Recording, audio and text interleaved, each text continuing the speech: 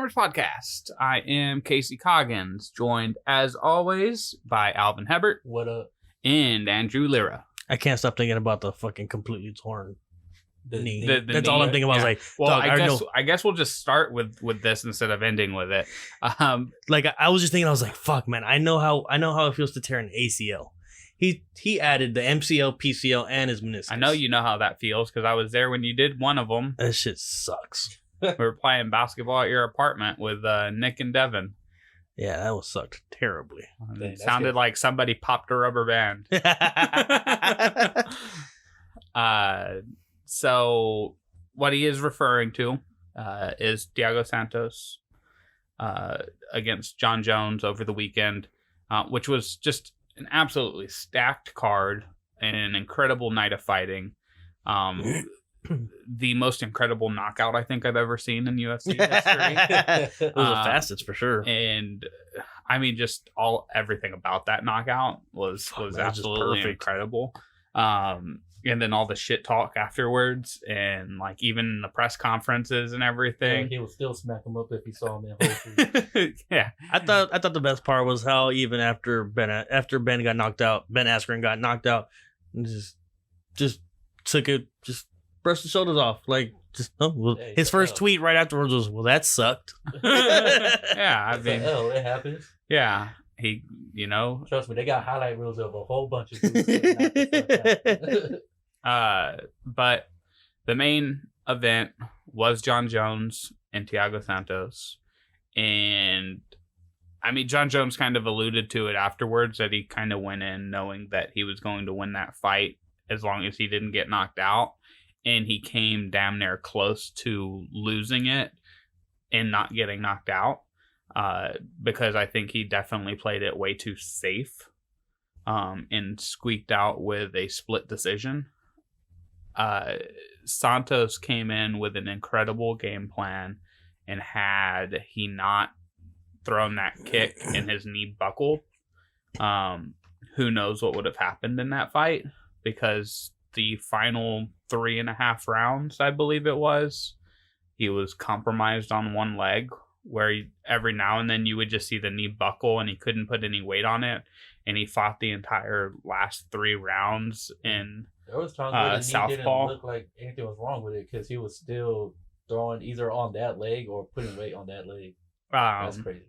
I guess that's why the knee's wrecked now. Shit, man. But I mean, it was an incredible fight from him. Like I said, I feel like John Jones kind of got away with one. We were watching it, and when the fight ended, I was like, I wouldn't be surprised if Santos wins in the decision, because he was the aggressor most of the fight.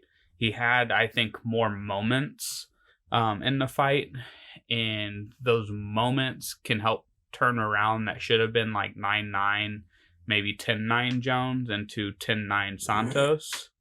But in the end, Jones did have more significant strikes. He didn't get hurt. He just handled his business and walks away still the champion. But I wouldn't be surprised to see, once Santos gets healed, we see this fight again. When would that be? I don't know about that. Heal all of that knee? I don't know, man. I don't know if he could fight. I think the only way we wouldn't see a rematch of these two guys is if John Jones bumps up.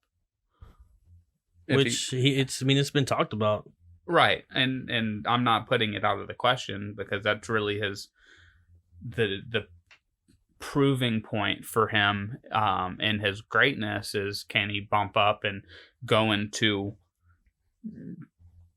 the Cormier weight class in like guys like Miocic and some of those other heavyweight fighters,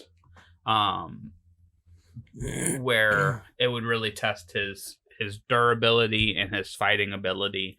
And because as far as light heavyweights go, he's wiped everybody out, right? Is there anybody on that can challenge him, or is who's in the class right below him? Is it Ngannou, or is it Francis is up. Usman I think Francis is heavyweight. Okay. Well, because I thought Cormier was the heavyweight champion. Yeah. So Ngannou needs to be in a different class. What is Woodley? Isn't Woodley below Jones? Yeah, Woodley's Yeah, and he's the one that lost to Ngannou, right? Because and then no, Tyron Woodley just lost to Usman. Usman has that belt. Let's figure out the weight classes of the UFC really quick. But one of those guys, whoever's Ngannou or Usman, Usman's a welterweight. Whichever one of those guys is below him. So. Francis doesn't have the belt. So Robert, I thought Francis was about to get one or got one the last fight. So Robert Whittaker is the class below him at middleweight. So he would need to go up, or somebody else in the middleweight class would need to go up to be able to challenge him, or one of these heavyweights needs to go down. And we've seen Cormier, so it can't be him. Cormier is scared, man. So it's right now it's who is going to challenge Jones in his weight class, who's going to move a class. That's somebody has to move a class. Because even Jones was putting on fucking Instagram, or I think it was Twitter, talking about who do y'all want to see me fight next? And people were talking stupid, talking about Johnny Walker. He's like, that bum. He's not even ranked in the top 10. Y'all want me to fight him? Yeah, so it's tough sledding in that light heavyweight class for him. So there has to be some move. Whether it's him, whether it's somebody else, somebody has to move a weight class to make the Santos fight not be really the highlight fight for the next fight for John Jones. Not Floyd. Conor McGregor, he's taken some time off. He's probably put some weight on, maybe. But he come out with the dad bod.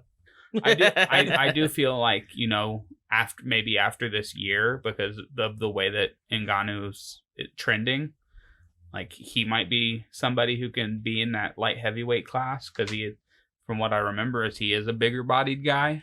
I'll double check what weight class he is in. When is the talking about Whittaker? He's heavyweight, so he would need to drop weight. Who is Ngannou? Yeah, France. Yeah. Shit, John Jones can take a hit from them. So yeah, it's just UFC is in one of those interesting spots where they have some weight classes that are extremely compelling, and then they have some weight classes where it's dead. Yeah, we need to find the new challenger. They need to find the next John Jones. They need a new champion. They need to find somebody who I think Usman is that champion right now. As far as the light heavyweights, that's dried up. With John Jones, I believe he only had 5 UFC fights before he got a championship shot. He was the youngest, right? Youngest UFC that's champion. Why I'm saying they need to find somebody who is in that weight class, who's coming up the ranks, who they can just throw on some of these undercards, prelims, in the light heavyweight division. Runs through and shows the skill in those first few fights, gets a shot at one of the contenders, like a Gustafsson, and then shows out there, and then gets you have that kind of Rocky Apollo Creed type first fight between this up and comer that nobody really knows, other than by that point UFC fans would know, against the all-time greatest fighter in UFC history. So that's the state of the John Jones. What if you put him up against Kane? The wrestler? Exactly. Chokeslam from hell. I think the only one that would possibly move up later on is Usman, to tell you the truth, because I've seen interviews of him already talking about that being a possibility. He would have to go up. Like, he has to go up 2 weight classes to get there. No, he's to go to middleweight. Not. Oh well, then Jones would need to go down. Yeah. So they would have to. One has to go down. One has to go up, which would be fine. But I mean, they would have to have. One of them would have to go there first and beat Whitaker. Mm-hmm. Because I mean, in the interviews, he's even mentioned that like his natural like body weight is like middleweight. Yeah. Area. So, I mean, I think every professional fighter in history's natural body weight is the size above. Except for John Jones, the little chicken legs. I mean, who knows? That could be his ticket to the heavyweight. Yeah, put some meat on them legs and won't fucking swell up so much. Start hitting those leg kicks won't hurt so much. Spend an off season with brother. Yeah, exactly. Which brother? The one who's still in the NFL. The one who's in the playoffs sometimes. Both of them in the NFL. One of them was the older one. He hasn't been in the league the last 2 years. Oh. Chandler though is the one that Arizona, he was playing for them. I don't know if he changed teams because I thought he was possibly on the move. Because the other one's Arthur, right? Yes. He played with the Ravens. Yeah, he started with the Ravens, and he had a couple teams afterwards. I think the last team he was on was the Redskins, which was 2017. Okay, so Chandler Jones is still with the Cardinals, making $12.5 million. So yeah, I mean, have an off-season weight training regimen with the Cardinals linebackers, like defensive linemen, and work on those legs a little bit. bump you up 20 pounds really quick. Hell yeah. So let's touch on the other main fights of the night. Holly Holm slept. Yeah, got her ass beat down.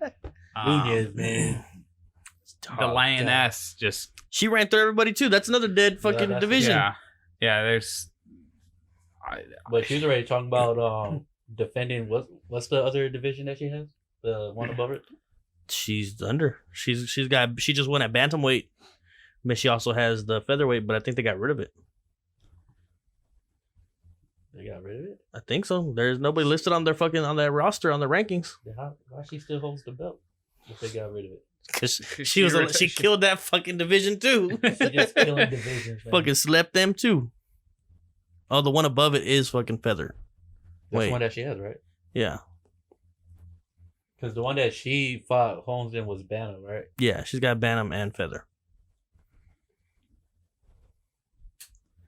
Because the one in Bantam, the bantamweight, there's at least 2 fighters in there that are like 8-0 that could possibly make some noise, but she's just a different. We need new blood. She's a different animal, man. She's like the perfect build for a woman fighter. Yeah, for a woman. I told you, she was fucking stocky. Like she was thick and she had those fucking broad ass shoulders. I mean, she had them hands at the end of them too. If you transfer her to like a male fighter, like it's that Henry Cejudo like type build, where he's short, stocky, super quick. Or even Tyron Woodley, short, stocky, super quick. But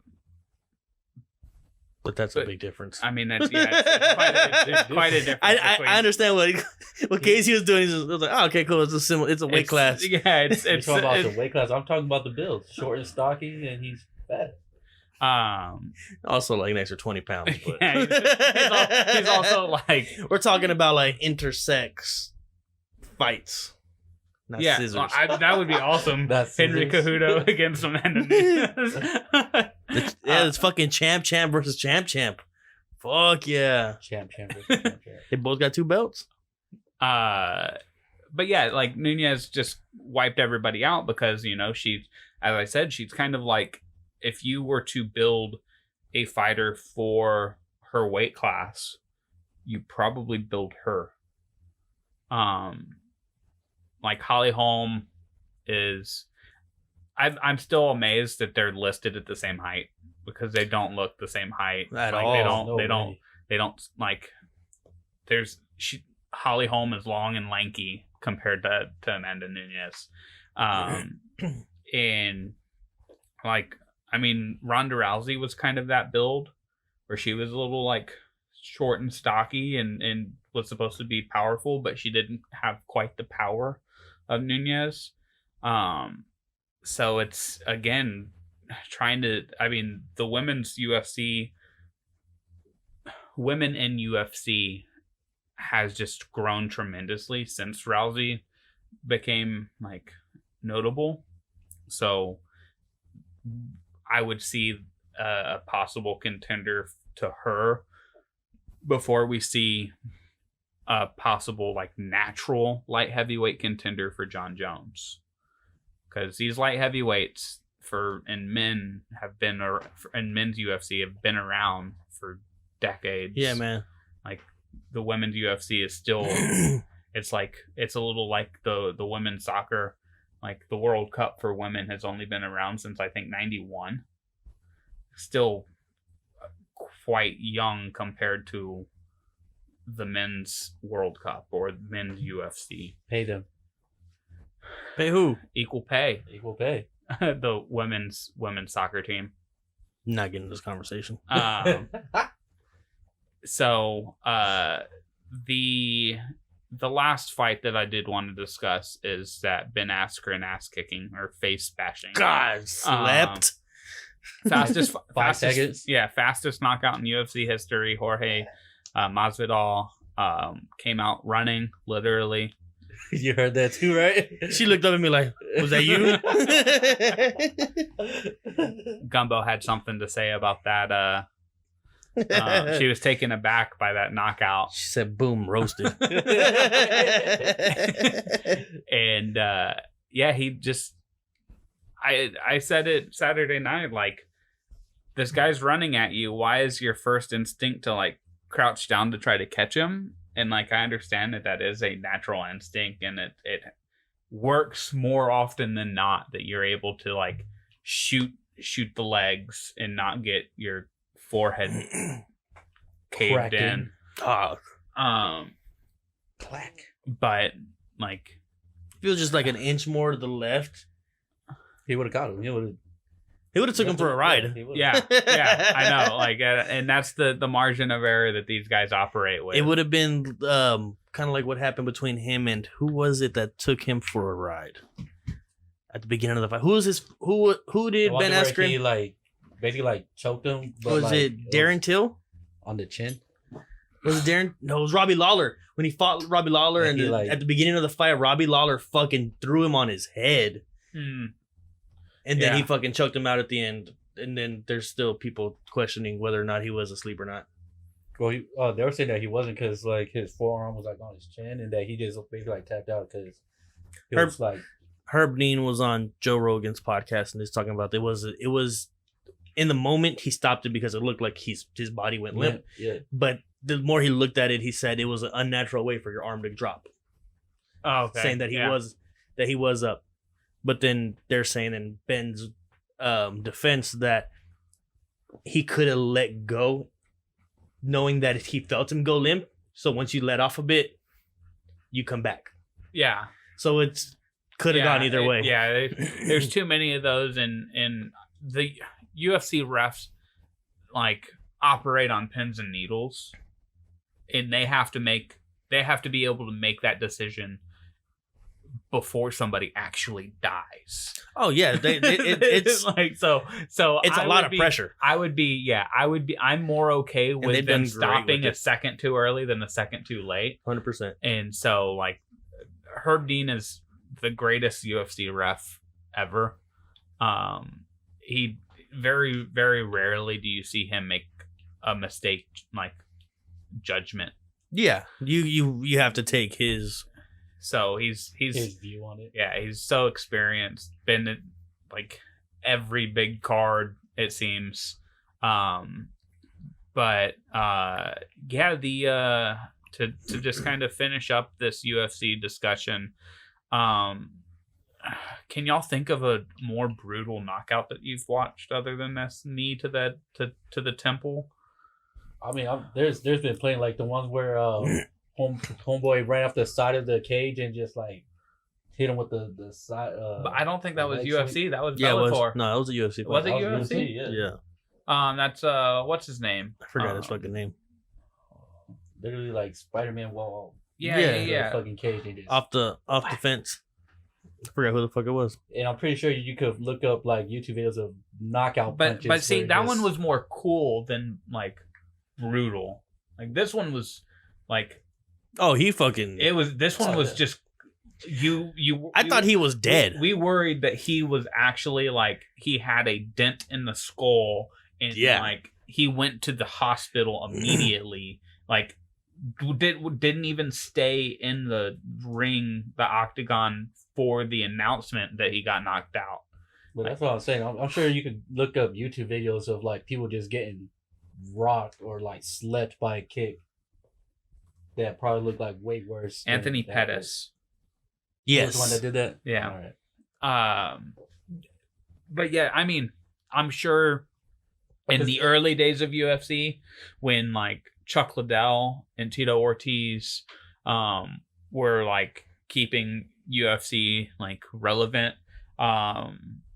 Who else was there? Like the Rampage Jackson slams.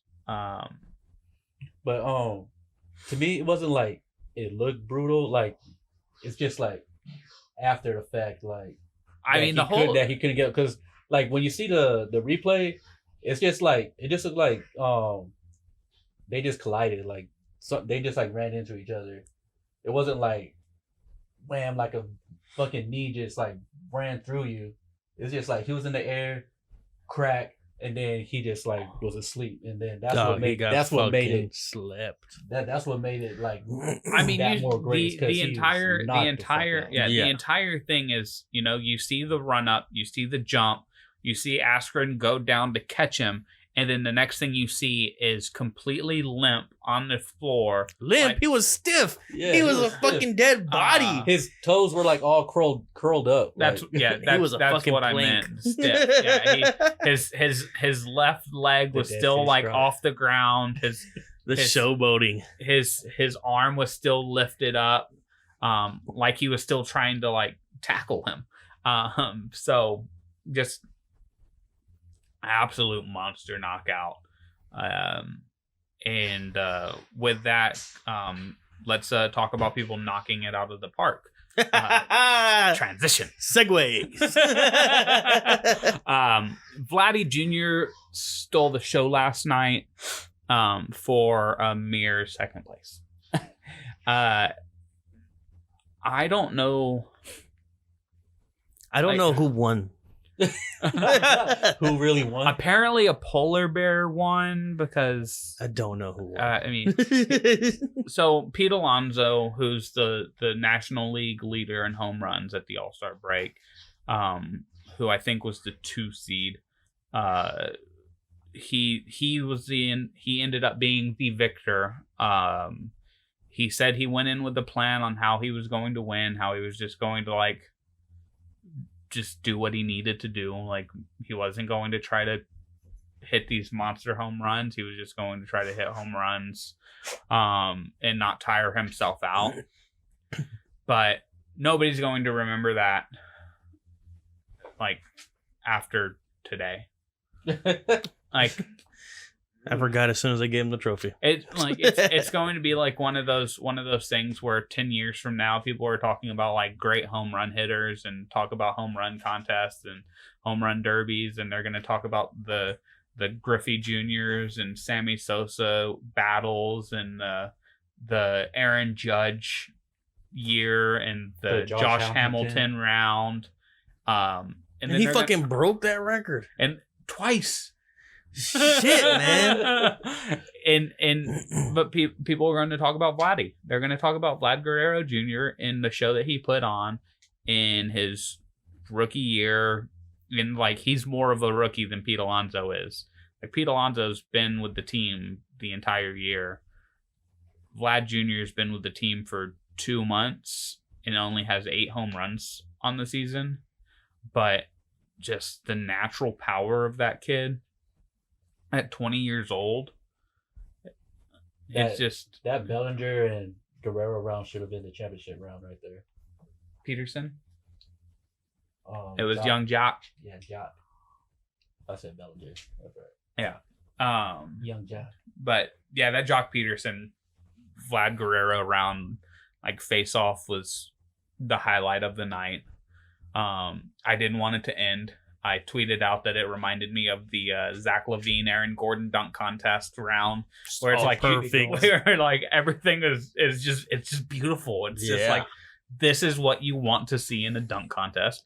That is what you want to see in a home run derby. You want to see these guys going at it with the juiced balls, smashing balls 475 feet, and you like the swing offs, the pressure, like you felt the anticipation of the last rounds. Like when you watch I think it was one of Peterson's balls that would have won it come up like 5 feet too short. Like you're watching it and you're like, those is too much hang time, man. Yeah. So there were some other rounds that were fun to watch. Acuna in the first round, and then he ended up losing to Alonzo in the semifinals. Alonzo, I think, got the kind of the luck of the draw there, with only having to hit 14 home runs in the first and like 20 home runs in the second, where like Guerrero had to do everything he could and hit 37 in the second round in order to make it to the finals. And like that came after a full minute swing off and then 2-3 swing offs. That like he still hit 22 home runs or 21 home runs in the final round, just absolutely exhausted. Just what a show. And it's crazy, and I brought it up before we started this, how it's already the All-Star game tonight. Like, it just feels like we joke that baseball season doesn't really start until like August. That's when the baseball season really becomes like, oh shit, I got to pay attention. Pay attention to the race. But like, it literally feels like baseball season is just starting. There have been few like stories around the league. There hasn't been one of those teams that just is on a complete tear that you're like, oh shit, they might break every conceivable record. I mean, Bellinger's having an incredible year, and he's definitely the front runner to win an MVP. Mike Trout's having an incredible year as always. Yelich again, the same kind of year. Bryce Harper, the same kind of year that he had last year, where it's just kind of unremarkable. But then you got like Jay Bruce, that's just yeah, racking it up over yeah. there. The Yankees are dealing with all sorts of injuries and still in first place of their division. The Red Sox are having their World Series hangover. So there's been like a few things of note, but really it is, let's wait until August starts. Let's see, like after like any trades at the trade deadline happen. Let's see where all these teams end up being at the end of the year. The only division I watch is the NL Central. Everything else, I mean, that's like the only division I do watch. Not that I'm a Cubs fan or anything. Oh yeah. I mean, we'll keep up with the baseball season because we're baseball fans. But we'll really crack into like our playoff prediction, like who are we favoring, who do we think's going to win it come like early to mid-August. So now let's get on to the fun stuff, the more fun stuff, the funner stuff. which is the NBA offseason, The most exciting. which is kind of what stole the thunder from Oklahoma City. Yeah, I said that. I was like, "There's a joke to be made there," and I started trying to think of it, but it stole the thunder of the All-Star game for the MLB. Like, nobody really cared that the All-Star game was tonight, other than like devout baseball fans, because you have all this fucking movement in 7 days. Well, it took the thunder from the Women's World Cup, and the Gold Cup, and the Copa. Well, I don't think it took the thunder from the Women's World Cup, because that was the World Cup, and but the Gold Cup was definitely on the back burner. And I mean, with the Copa of America, same thing with the MLB All-Star game, is like only like devout soccer fans are tuning in to watch Brazil and Peru.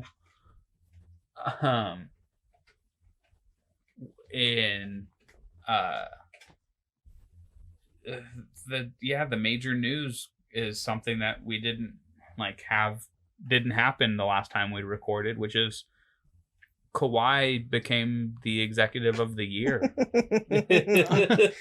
Like, that was fucking wild. Like, I think, Andrew, when KD signed with the Warriors, you called him a snake. I want to say that's the term that you used. Called him a hoe. I'm pretty sure it was. You got a I was about hoe? to say he was either a bitch or a hoe. He was a hoe. I feel like I remember somebody calling KD a snake because of how. Well, a lot of people were calling him a I snake. think Yeah, that's probably like on the network. Okay. Yeah, So because they can't say hoe. get with it, the FCC. Let me be. Let me be. God damn it! You're not at work anymore. I just let myself go at work. That's what it is. I don't. He feels more alive when he's there. He's the freak of the podcast. The freak. God damn. Freak from League of Legends, the sportcaster. Not, Oh, I was like, what? Not that But freak. damn, did he call him a Hey, freak? I as mean, fuck? Not that That's freak. rude. Not that freak. No freak flags are flying around here. The shoutcaster actually named Freak. No freak flag. Name. No But- butt stuff here, guys. Back on the rails. So sorry for that little fishtail that we had. I'm sorry. I'm not. We started hydroplaning a little there. Talking about freak flags. Kawhi he postponed a meeting, changed the place with the Lakers so that he could just walk down the street and meet with Paul George and tell him to request a trade. Like, he Bro, just tell him you don't want to be here. That's what I did, and it they'll worked. listen to you. We run the league. They will listen. They will comply. and then on top of that, you have the Thunder just operating brilliantly in like going and leaking reports that they're trying to trade Paul George and Russell Westbrook to the Thunder so that Kawhi might stay with the Thunder to Toronto. to Toronto. And the Clippers were like, oh shit, like we have to give them everything. Like, They fucking did. they just like unloaded a boat of picks. I saw a tweet showing all What's the the picks furthest that out you can go as far as Thunder- trading picks?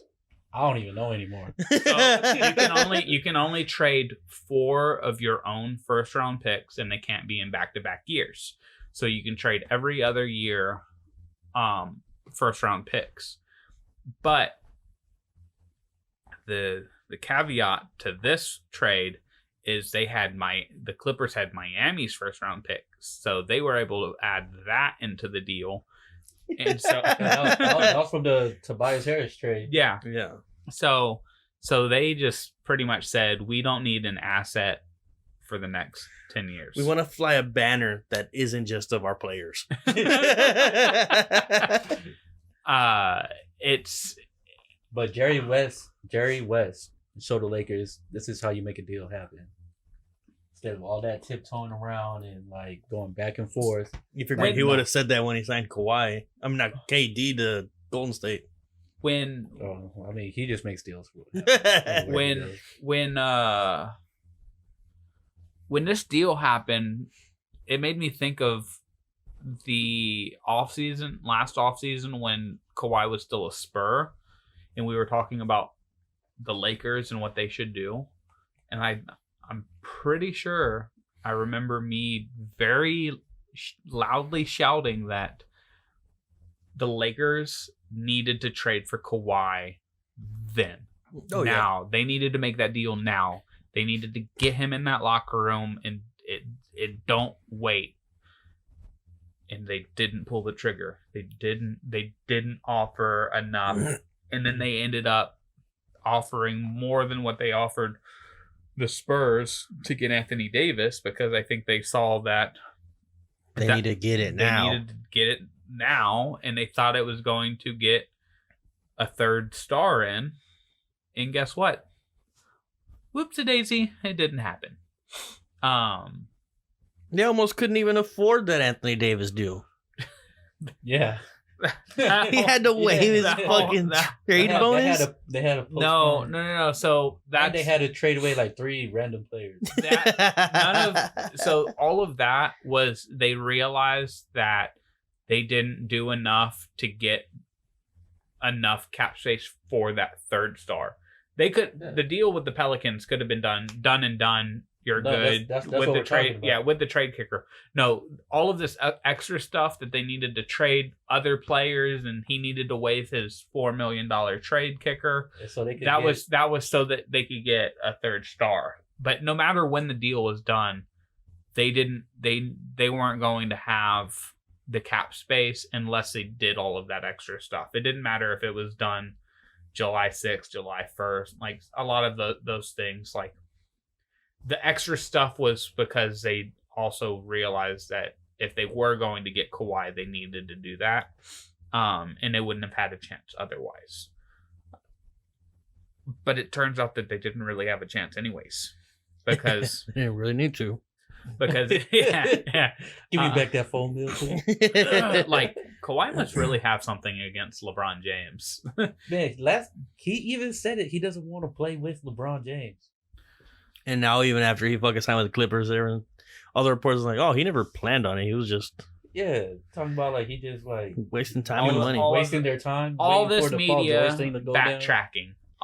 They're like, "Oh, he's going to the Lakers. He's going to the Lakers. He's staying with He's Toronto." staying in Toronto. He's 99% done. Yeah. Which I agree with Bill Simmons that it was like Jalen Rose was probably accurate in his 99% sure he's going to stay with Toronto, because that 1% was the Clippers saying, "Hey, we have all these picks and We got Paul. and we'll trade for Paul George because that's what you told us that we needed to do if you wanted to sign here." And the Thunder said yes. Like the Thunder could have said no. They could have. But you pass up all of that, right? Shit. Which gets Bye. them closer to non-luxury tax, which is They're already the reason why non-luxury. they traded Jeremy Grant. James Harden. Like that was the reason why they traded James Harden, was so they didn't have to pay the luxury tax. In these last couple of years, when they have been paying for it, was just kind of to show the fans like, we actually do care. We're dedicated. We're sorry about that. We made a mistake. We should have kept those 4 together because we probably would have won a championship by now. But whoops. Whoops. Fucking wild. Whoopsie. So while all of that goes on, you have all of the other free agent signings that we talked a little bit about last week, because most of them were done by the time we recorded last week. Danny Green signs with the Lakers. Rajon Rondo signed with the Lakers. Boogie Cousins signs with the Lakers. Who else signed recently? Bradley. Avery Bradley signed with the Lakers. So they were definitely trying to fix things. At least they got some depth now. So you have Harrison Barnes signed a 4-year, $85 million with the Kings. Paul Millsap's back with the Nuggets. They signed Jamal Murray to his big deal. Trying to go down the list of guys who signed recently. The Rockets are pretty much just running it back completely from last year, which they're using their mulligan. Yeah, I mean, they did build their roster to beat the Warriors, and now the Warriors really aren't the same. They're not. Now they need to build team. a roster to beat the Clippers. Now they need, yeah, which honestly, in my opinion, if Marcus Morris ends up not going back and on his contract with the Spurs, I feel like the Spurs have built a team to beat the Clippers and the Lakers, because they have bodies that they can throw at George and Kawhi. They might not be at the level of those players, but they're guys who literally you tell them, here is your sole job. Guard those two guys. Maybe hit a 3 or 2, but your main job is to guard those two guys. Expend all of your energy on the defensive end. DeJounte, Derek White, Bryn Forbes, DeMar DeRozan, Rudy Gay, LaMarcus Aldridge, they'll carry the offensive load. So it's Denver's just as good, if not better. Utah's better than they were last year. I think Sacramento's better than they were last year. Dallas is obviously better than they were last year. The Lakers, who fucking knows? like question mark. Yes, they have LeBron, who great. Anthony Davis, incredible. But Anthony Davis has pulled his team to the playoffs twice. LeBron James is possibly going to break down in the near future. Damn, spoiler alert. It's just it's how things happen. One of the reasons why MJ didn't break down, he took 2 fucking years off in the middle of his prime, and then he took another 3 years off when he was 36 years old. Yeah, he played 82 games and he played all these minutes and blah blah blah. He took a blah blah blah. He got caught gambling. They kicked him out of the league for 2 years, so he got to rest and play baseball in the summer. Guess what, guys? Baseball is a tough sport to play, but not that taxing physically. It can be. That's why guys get hurt. Because they sprain their toe in the bathtub and walking down the stairs. I got a splinter. Damn. How do you really feel? I got a blister on my index finger. Okay, every He's now about to tell me how he really feels. every now and then you have the play at the plate that happened the other night, where a guy stumbled into the plate and gave the catcher a concussion. The dirty play. Is that dirty?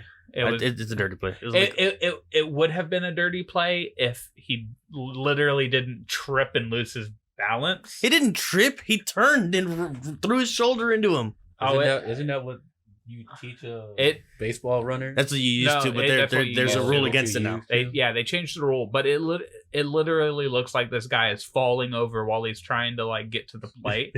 I would have believed that if I didn't see him go straight and then turn into the catcher. The catcher wasn't in the base path. He was outside.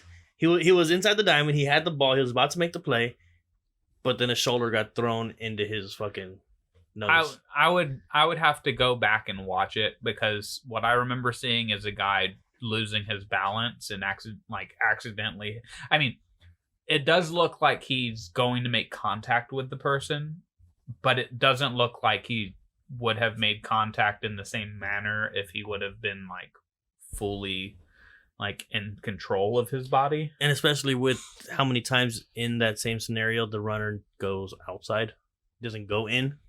It's somewhat unnatural for them to go in when they want to slide it out. Yeah. Right. I mean, he's not like Ichiro running the base paths. So The legend. yeah. Suzuki. God damn it. I I didn't know you were Japanese. but yeah, so like injuries do happen in baseball, but it's not a physically As taxing Josh sport. Hamilton. Oh yeah, let's ask him how Injury. taxing it is. It is. That's why he gets hurt. That's why his back hurt. I mean, MJ was also playing what, Double-A baseball. Did he make it to Double-A? Yeah. Was a single. No, double I think they just started him in Double-A. They were like, please try to make it to Triple-A. Just do it. And publicity. You're still getting paid the same amount, but So that was a roundabout way of saying, like, LeBron is father time's undefeated. Like, he is. He took Kobe Bryant's Achilles. He took Tim Duncan's knee. He took Dominique Wilkins' Achilles. He took Achilles. Yeah. shit. Undefeated. So run our it's just test mentality. it's just going to happen. Like eventually Just gone. LeBron is going to need to back off. Like, he's not going to be the LeBron of 2011 anymore. He needs to not play so many minutes, and he needs a lower usage rate. See, people say that, but it's like every team he goes on, the offenses ran through him. He handles the ball. Well, he more than controls the the point team. guard. He's the general manager. Right. I'm not. True. That is him, all. him and Clutch Sports. We're that playing is- Braun ball that is- today. That is completely fine. Run the offense through him. That is completely fine. Well, they're talking about fucking moving him to point.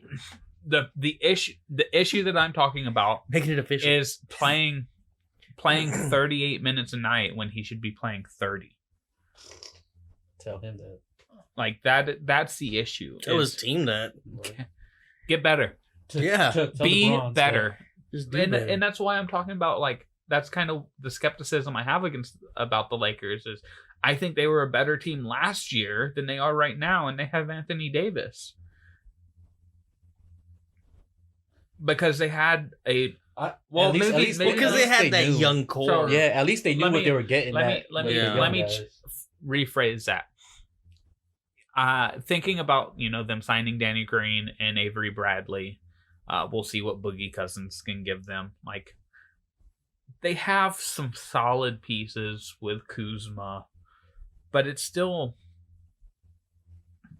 I wouldn't be surprised to see them in the 7 seed in the playoffs. Their second unit is still lackluster. Like, I don't think they're going to make the playoffs. But like that's I don't. again, that's Boom. it'll Like, be the more I it'll, think about it. it'll be interesting to see how the season plays out, and like how, if they can stay healthy and if they can develop any guys, and like it's going to be difficult for them. their backup point guard is Alex Caruso. Bald ass. Balding ass. He's about there. Close enough. Shit. He's- Yeah.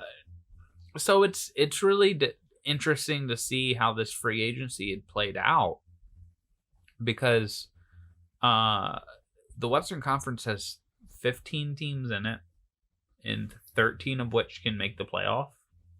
Yeah. The Suns, you're out. Sorry, sayonara. You're not making the playoffs this year. And Memphis, who they pretty much said we weren't going to make the playoffs anyway. We're planning on it. Let's be as bad as humanly possible. The team that's been making the most moves during free agency.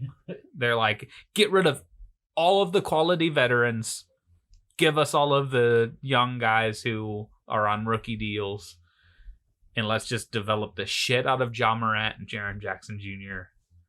And then what's the other young guy that they have? Green. What, is it Jermichael Green? No, I was thinking that they had they had another draft pick this year. Oh. I don't know.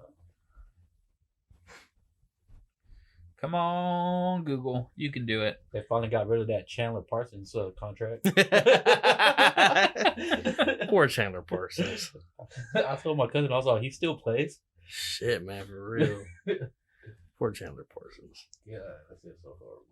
Yeah, he signed that contract. Like, he looked like he was going to be so good when he was in Houston. Mm-hmm. Yeah. That's what everyone said. And then, womp, womp, womp. He got 2 max deals. Yeah, because everyone was just hoping. He got a max deal with Dallas and then the max deal with Memphis. God. It's just wild. And he did nothing. And he's got 2 deals. Did nothing. That's how you play the system, bro. It's amazing what potential can get you. Look at what Jeff Green's been able to do his whole career. I think Jeff Green can back it up, though. I like Jeff Chandler Green. Parsons could too. He just couldn't stay healthy. Yeah, Jeff Green had the medical then- issue too. And then Jeff Green, he has this game where he scores like 30 points and looks awesome. And you're like, oh shit, is this the Jeff Green we're gonna get? This is and what then we the were next hoping for. the next 2 weeks he goes for like 2, 4, 3, 2, 0, 0, 0, 0, 0, DNP. But he never got a max deal, let alone 2. So That's racism, dog. oh, I'm sorry. Ownership. Ownership. That's why we're getting rid of the word owners. Bet you if it was a governor, he would have got it. Governor. So we didn't dive too deeply into all of the signings that have happened because really we talked about the main ones. Who won the offseason so far? Hands down. Is it Hands Clippers? down. Yes. Clippers? Is it, though? Who you put above that? All right, that's what I'm asking, guys. That's 'Cause what I'm saying. in- There's no way you put there's- another team above that. I think it is the Clippers, where their main core is still intact. I think Utah is a close second. Yeah. I think I'd say Utah. think I like- second. I like the fact of how many fucking picks the Thunder got. Yeah, I mean, Oh yeah. in terms of future winning, They got a fucking King's ransom for him. the Clippers ransom. The Kings didn't. I'm done with this word. I'm fucking done. God damn it. Can't say shit. Closing the laptop. I'm done. Packing it up. I've been staring at a computer monitor for all day. Y'all finish the podcast with them. Yeah, I'm out of here. But like what the Pelicans were able to get for Anthony Davis and what the Thunder were able to get from the Clippers, like sets these two teams up to, as long as they don't screw anything up, be the team of the 2020s. Like, well, 2025 to 2030. Like, after when Kawhi's old, when Paul George is old, when LeBron's retired, Anthony Davis is on his 7th team after 5 surgeries. I don't see the Clippers winning the finals. Really?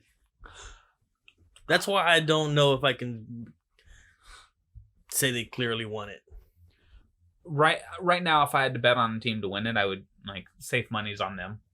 I would place my bet on Utah or Denver. Denver, that's who I've been. Because they're gonna have better odds, and I would get more bang for my buck.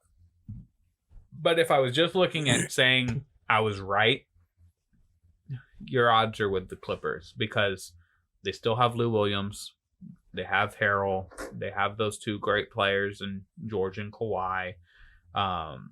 They have a decent bench. They got a better bench than what the Lakers have. They're better than the Lakers. That's 100%. Yeah, there's no argument there. Yeah, No argument there. But but they're not gonna play the Lakers to win the finals. like I said with the Spurs, how the Spurs signings, like they built a team to be able to handle a team like the Clippers, even though the Clippers have the 2 more talented players. Denver is built the same way. Plus, they have a guy that the Clippers can't guard. Like, no matter how much Kawhi tries to guard Jokic, he's not going to be able to. Nope. Why would he be guarding Jokic? Well, because he's the best defender that the Clippers have. Like, they don't have. Sorry for the Giggle Ball. As much as like they have Zubac, they have Harrell, like they don't have anybody to deal with. That's why we call it the giggle ball. It makes us giggle. That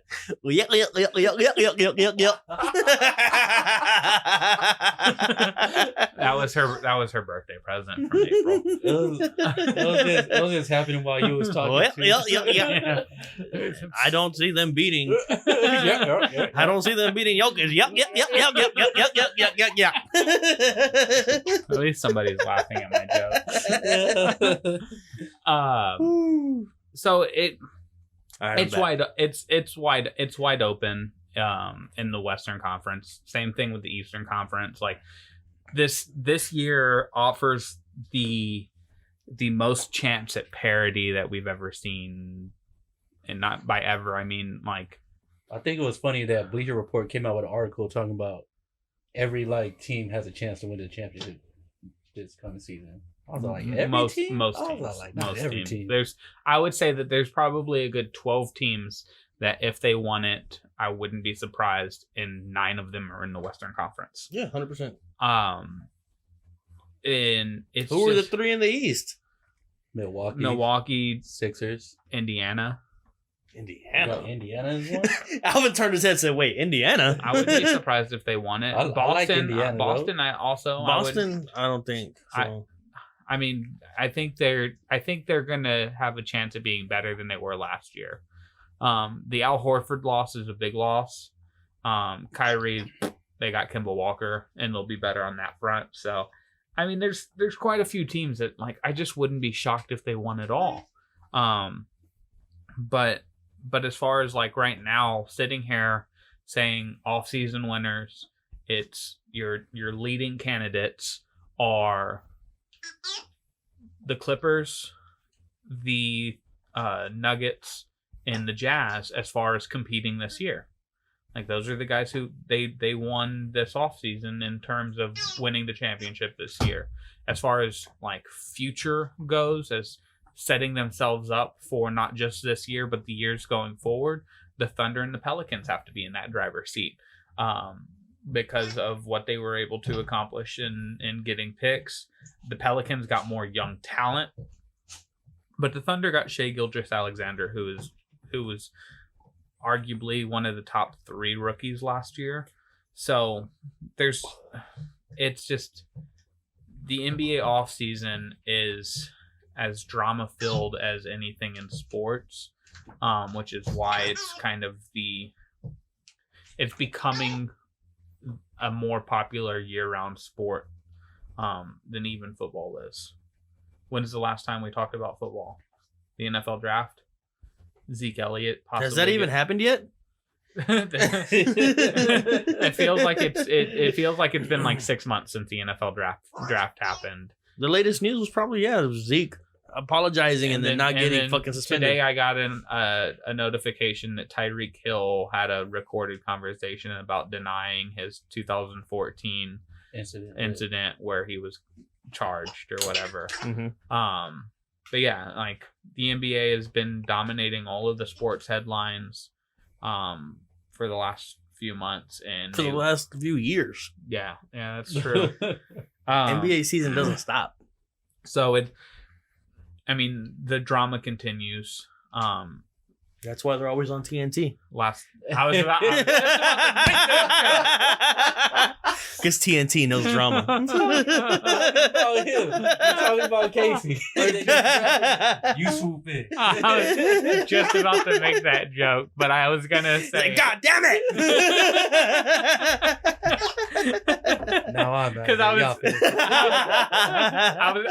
I was gonna preface it with, I guess my last joke needs to wrap up the podcast, and then you come swooping in with my TNT drama joke, bastard. Just instant limp. He was he was fucking fully just. He thought I got this. He's all like, I set it up perfecly. Andrew came flying. He in was with fucking the moss proud pit of on it, me. measuring it, taking pictures, and then as soon as I said TNT knows drama, he goes, "Oh, did y'all feel that breeze?" It was just a pump. It was a pump. There's that freak flag again. Wet blanket. So, yeah, that I think that does it for this episode of the Benchwarmers podcast. I need a shower. Y'all made me dirty. Y'all and your All wet this, noodles. yeah, this drama talk, wet blankets, and freak flags, flying knees to the temple. Ooh, I swear he fucking was dead. So, I'm Casey Coggins, joined by Alvin Hebert Check y'all later. and Andrew Lira. See ya. See you next week. We